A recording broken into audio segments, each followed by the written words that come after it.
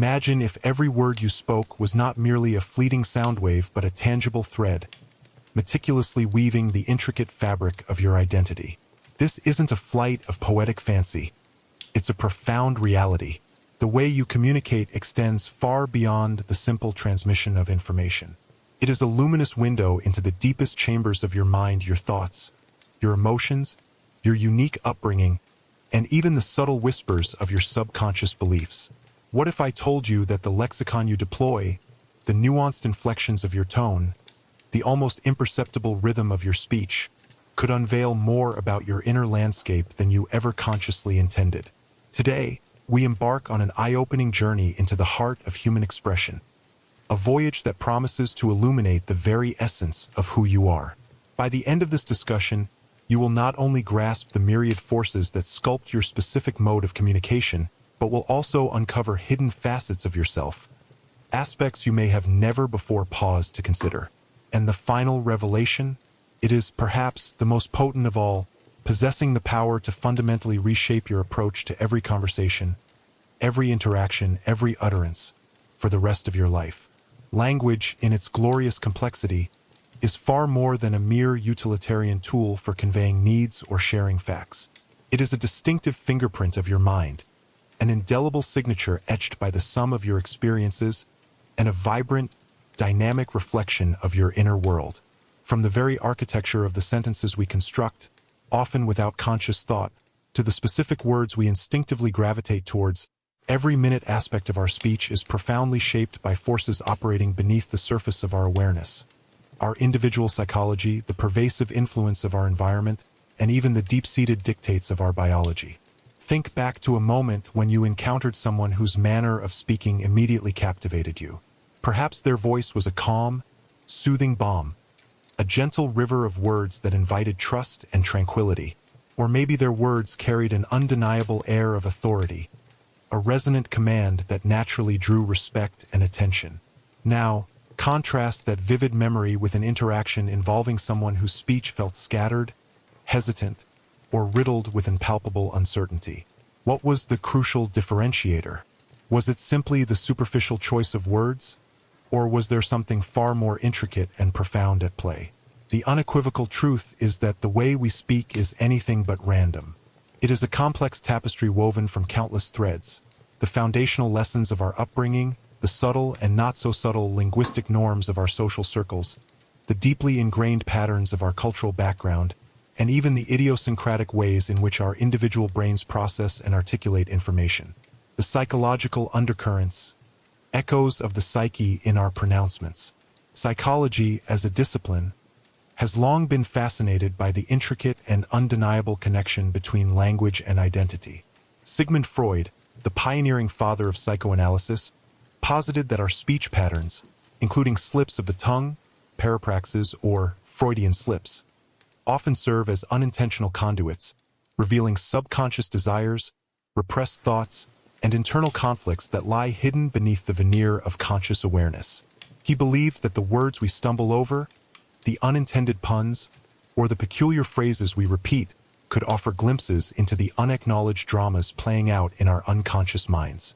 For instance, consistently referring to a demanding boss with terms that subtly imply childlike helplessness might reveal an unacknowledged feeling of powerlessness in that relationship.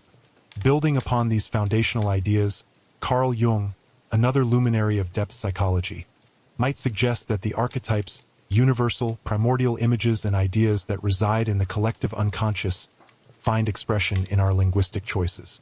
The way we describe a hero, a villain, a mentor, or a crisis often draws upon these shared symbolic reservoirs, revealing not just our personal narrative, but our connection to broader human myths and stories. The metaphors we live by, the stories we tell ourselves and others, are often saturated with these archetypal energies. Modern research in linguistics and psychology has corroborated and expanded upon these early insights, demonstrating with empirical rigor that our vocabulary, syntax, and speaking style can indicate a vast spectrum of traits, from our prevailing level of confidence and self-esteem to our current emotional state and even our cognitive processing styles. Consider the seemingly innocuous use of filler words.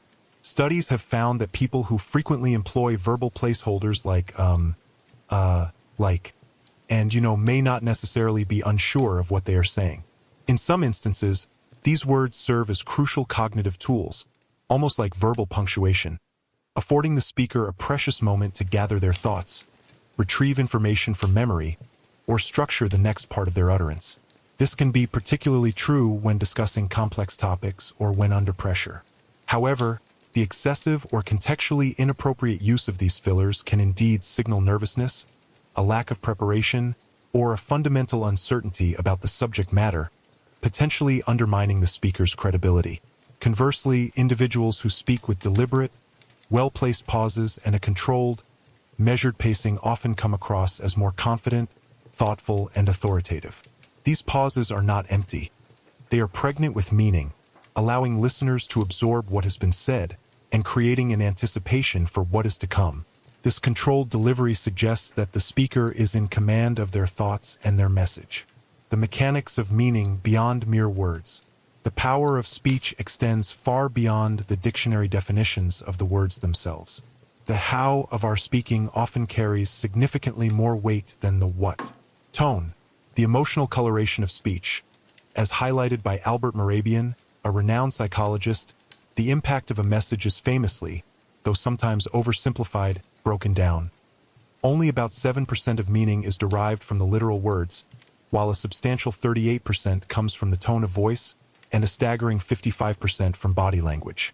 While the precise percentages can be debated and are context-dependent, the overarching principle remains undeniably true. Tone is paramount. Imagine a person uttering the simple phrase, "I am fine." These three words seem straightforward. But now, picture them being spoken in a multitude of tones. One warm, bright, and genuinely reassuring. Another cold, flat, and distant. A third clipped and defensive, and yet another dripping with sarcasm and dismissiveness. The lexical content remains identical, yet the perceived meaning shifts dramatically, even diametrically, based solely on the vocal tone. This is precisely why some individuals can command attention and inspire trust effortlessly, while others, despite choosing their words with care, struggle to be taken seriously or to connect emotionally. Their tone may betray their words, creating a dissonance that listeners instinctively pick up on. The pitch, timbre, volume, and cadence of our voice all contribute to this tonal landscape. A consistently high-pitched voice might be perceived as anxious or immature, while a very low pitch might sound monotonous or even threatening if not modulated. A resonant voice often conveys confidence, while a breathy quality might suggest intimacy or, conversely, weakness. Rhythm and pacing, the pulse of persuasion. The rhythm and pacing of your speech also play a crucial, often underestimated, role in how others perceive you and your message. Have you ever noticed how speakers who exude confidence tend to slow down their speech at critical junctures, allowing each word to land with impact and precision? This is no mere coincidence.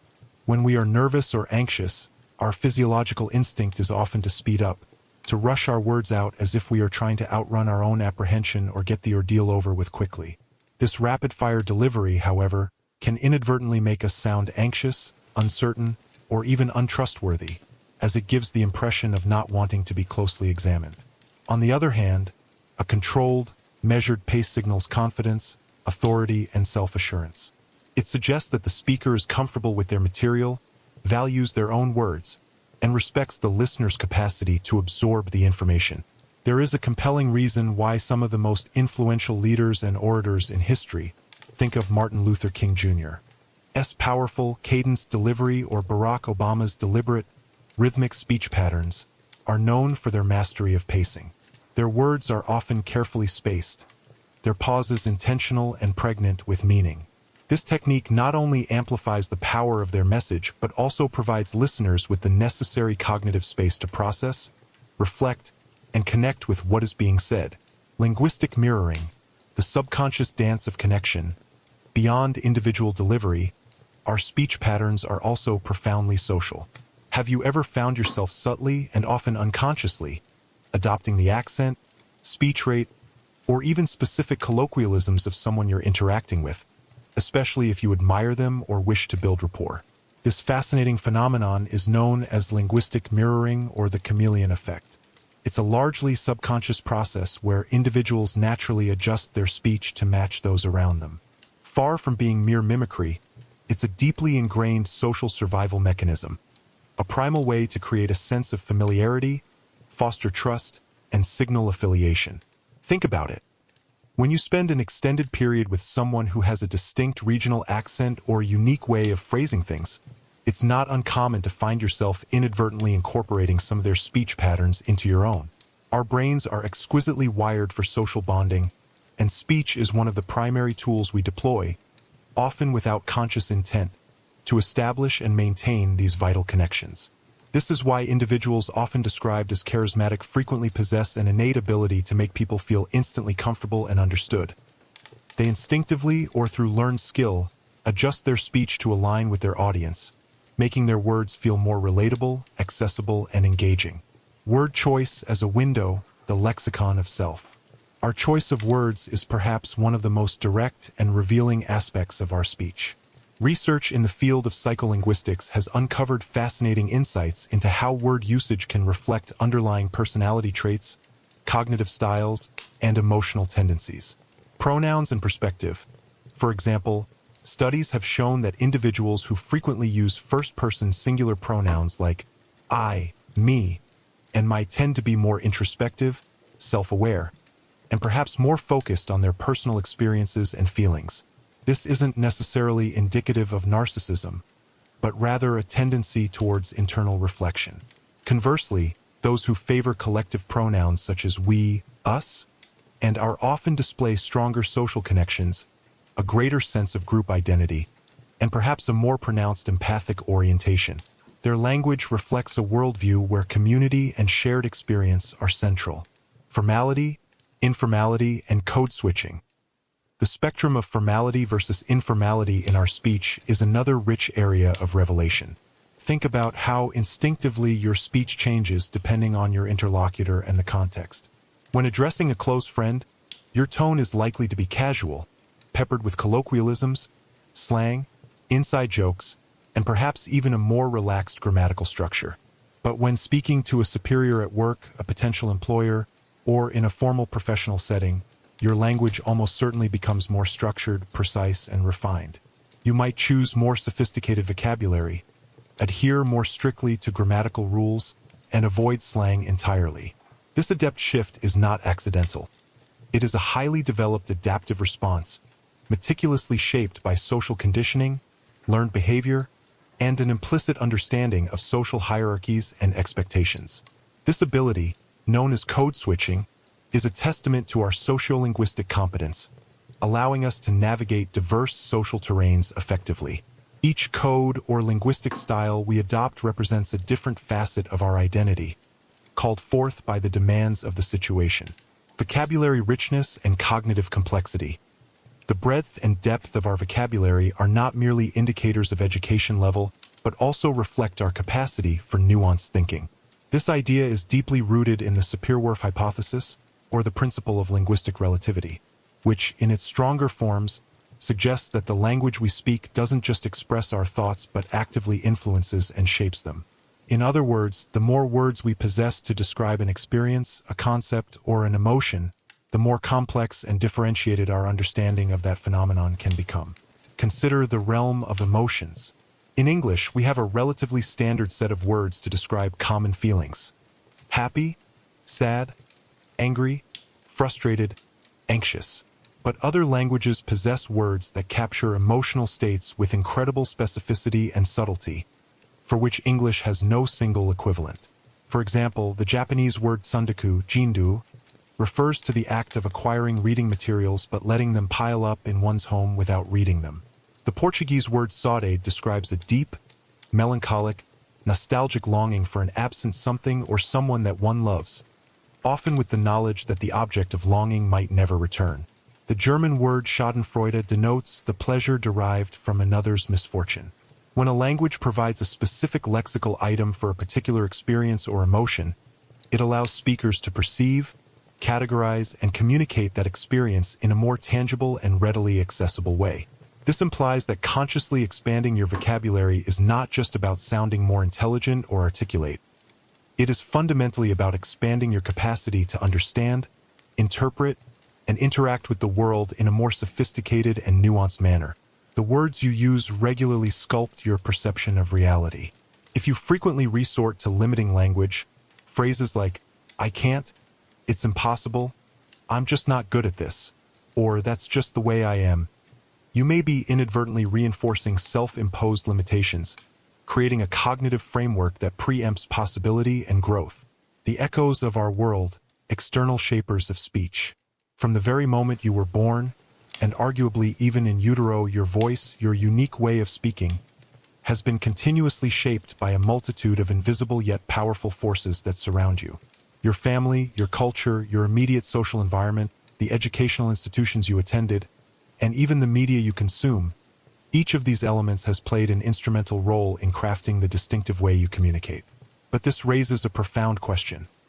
How much of your linguistic persona is truly an authentic expression of your innate self, and how much is simply an echo, a reflection of everything you have absorbed, consciously or unconsciously, over the years? The cradle of communication, upbringing, and familial influence.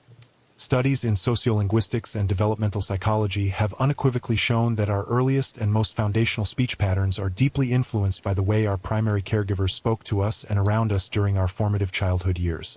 If you grew up in an environment where language was rich, expressive, and celebrated, where stories were told, discussions encouraged, and questions welcomed, chances are your own vocabulary and your ability to articulate complex thoughts and emotions developed at an advanced rate. You learned that language was a tool for connection, exploration, and self-expression.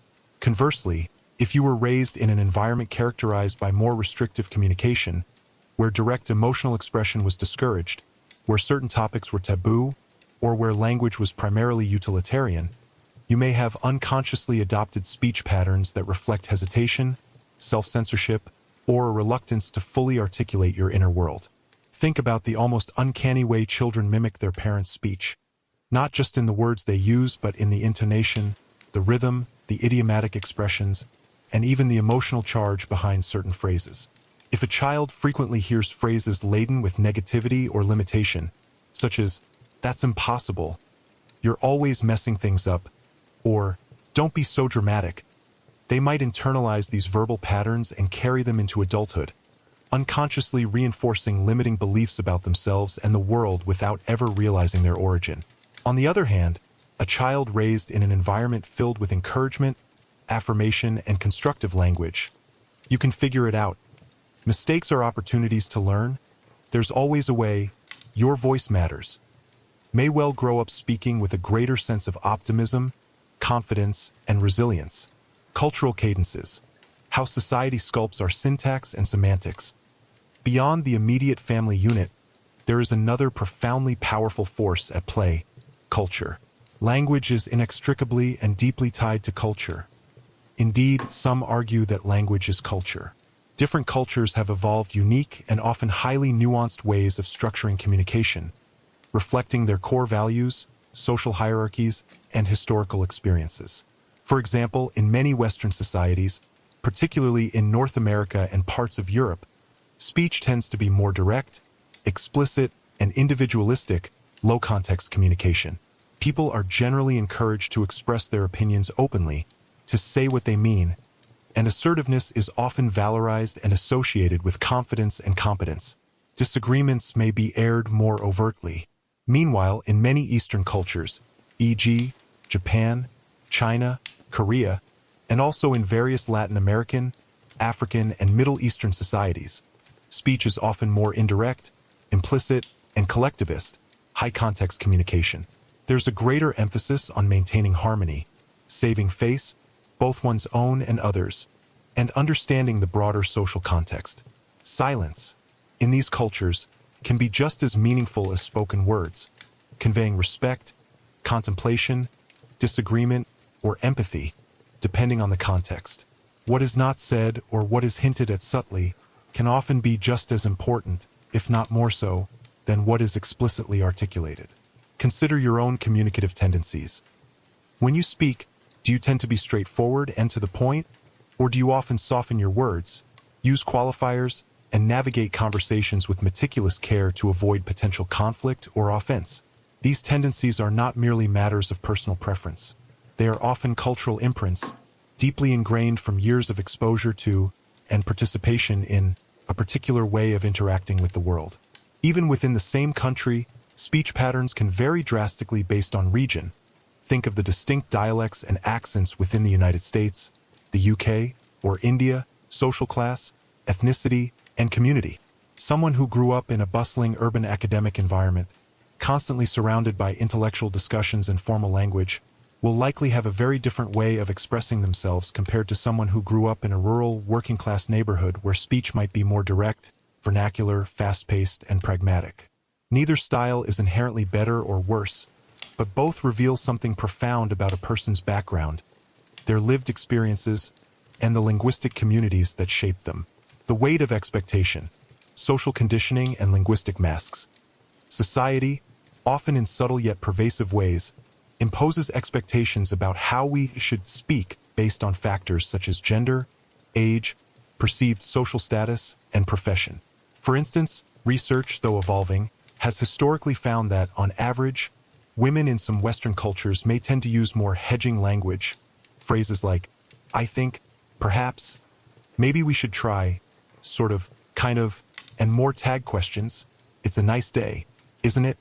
This has been theorized not as an inherent biological difference, but as a reflection of cultural norms that have historically socialized and rewarded different communication styles in different genders, with tentative language sometimes being perceived as more feminine or less confrontational. Conversely, more assertive, declarative statements have often been associated with masculine communication styles. While these paradigms are thankfully being challenged and are becoming more fluid, their historical residue can still influence interactional dynamics. Similarly, think about how people instinctively adjust their speech depending on the perceived status or role of their interlocutor. A politician speaks very differently to the public during a rally than they do to their close advisors in a private meeting. A doctor uses precise medical jargon when conferring with colleagues but simplifies their language significantly when explaining a diagnosis or treatment plan to a patient. This adaptability to code switch, to seamlessly shift between different linguistic styles and registers, is a hallmark of social intelligence and communicative competence. But it also raises an important existential question. Amidst all these shifts, adaptations, and linguistic masks we wear, is there a singular, true voice that lies underneath it all? Or is our identity itself a fluid constellation of these various voices? The digital dialect, technology's unprecedented transformation of talk. In today's hyper-connected digital age, the very fabric of how we communicate is evolving at an unprecedented and often bewildering rate. The proliferation of social media platforms, instant messaging, email, and voice-to-text technology has irrevocably changed not only what we say but, crucially, how we say it. Have you ever consciously noticed how the way you compose a text message or a social media post differs dramatically from how you would articulate the same thoughts in a face-to-face conversation? We see shorter sentences, the widespread use of emojis and GIFs to convey tone and emotion, often imperfectly, abbreviations and acronyms standing in for entire thoughts or phrases. LOL, BRB, IMHO. These digital habits, born out of a need for speed and brevity, are increasingly shaping the way we speak offline as well, subtly altering our natural speech rhythms, our expectations for conversational turn-taking, and even our tolerance for ambiguity or extended discourse. Consider this. Young people today are growing up in a world where communication is increasingly asynchronous, meaning conversations often happen in delayed, fragmented exchanges rather than in the dynamic, real-time dialogue that characterized most human interaction for millennia. This fundamental shift is influencing attention spans, potentially reducing patience in conversations that require sustained focus, and even subtly altering the way we process and respond to spoken language. Have you ever felt that your ability to stay fully engaged in a long, nuanced conversation has diminished over the years? Or found yourself becoming impatient when someone takes too long to get to the point? That is not necessarily a personal failing. It is, in part, a byproduct of a world where instant replies, rapid-fire exchanges, and information overload are increasingly the norm. Furthermore, the rise of AI-powered language models and virtual assistants is introducing yet another layer of influence, subtly shaping our linguistic expectations and even the phrasing we use when interacting with technology, which can then bleed into human-to-human communication. The listener within, how your speech shapes your self-perception. Herein lies one of the most profound and often overlooked aspects of language. The way you speak doesn't just influence how others perceive you, it powerfully shapes how you perceive yourself. The psychological concept known as linguistic relativity, as we touched upon, suggests that language shapes thought. In other words, the words you habitually use can actually reinforce certain thought patterns, beliefs, and, critically, your self-concept. If you frequently describe yourself and your capabilities using negative, dismissive, or limiting language, saying things like, "I'm terrible at this," "I always mess up," "I'm just not smart enough," or "I could never do that," you are, in essence, conditioning your own mind to accept these statements as immutable truths. Your brain, a remarkably efficient and often literal organ, listens intently to your self-talk. Over time, these verbal habits sculpt your self-image, reinforcing a version of yourself that aligns perfectly with the negative narrative you've been articulating. It becomes a self-fulfilling prophecy. But the converse is equally, if not more powerfully, true. When you make a conscious, deliberate effort to use positive, empowering, and expansive language to describe yourself, your efforts, and your potential, you begin to cultivate a stronger, more resilient, and more capable mindset. This is not merely about superficial, positive thinking or hollow self-help rhetoric. It is backed by robust psychological principles. The self-perception theory, developed by psychologist Daryl Baim, suggests that people often infer their own attitudes, beliefs, and internal states by observing their own behavior and the context in which it occurs, much like an external observer would. If you consistently speak like a confident, capable person, even if you initially have to act as if, your brain begins to register this behavior and gradually adjusts your self-perception to align with it. I am speaking confidently, therefore I must be confident. Consider how influential figures throughout history, leaders, innovators, artists, and visionaries, have masterfully used speech not only to inspire and persuade others, but also to fortify and transform themselves. They understood, intuitively or explicitly, that the way they communicated shaped how they were perceived, and that this external perception, in turn, profoundly influenced their internal reality and their capacity to achieve their goals. Their words were tools for self-creation as much as for public address. The artisan of identity, actively crafting your communication and your future. Despite all the external influences, family, culture, society, technology, there is one fundamental truth that remains constant. Your voice, in its ultimate expression, is still yours to command. Even though it has been molded and shaped by myriad forces, there is an underlying authenticity, a core essence that belongs uniquely to you. And this brings us to the most powerful revelation of all. The way you choose to use your voice with conscious intention can actively shape not only your present reality but also your future trajectory. Have you ever deeply considered that the way you speak, the clarity of your articulation, the confidence in your tone, the coherence of your thoughts, the richness of your vocabulary, can significantly determine your success in life, however you define that success? That the words you select, the assurance with which you deliver them, and the way you structure your arguments can literally open doors of opportunity or, conversely, cause them to remain firmly shut. There is a discernible reason why some people can walk into a room and, with just a few well-chosen words delivered with poise, command attention, engender trust, and inspire action, while others, no matter how much they say or how valid their points may be, struggle to make a significant impact. It's not solely about innate intelligence or the volume of vocabulary.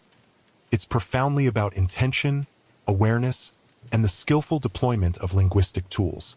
When you become acutely aware of the way you speak, when you move from speaking out of unexamined habit to speaking with deliberate purpose, you gain the extraordinary power to refine it, to hone it, to transform it into an instrument of conscious creation.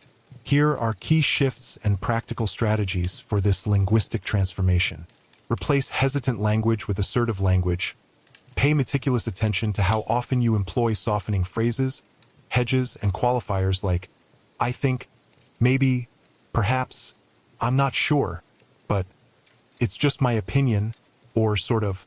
While these expressions can be appropriate and useful in certain situations to convey nuance or humility, Their overuse, especially when you do have conviction, can make you sound uncertain, indecisive, or lacking in authority, even when you actually know what you're talking about. Practice replacing these with more direct, assertive statements.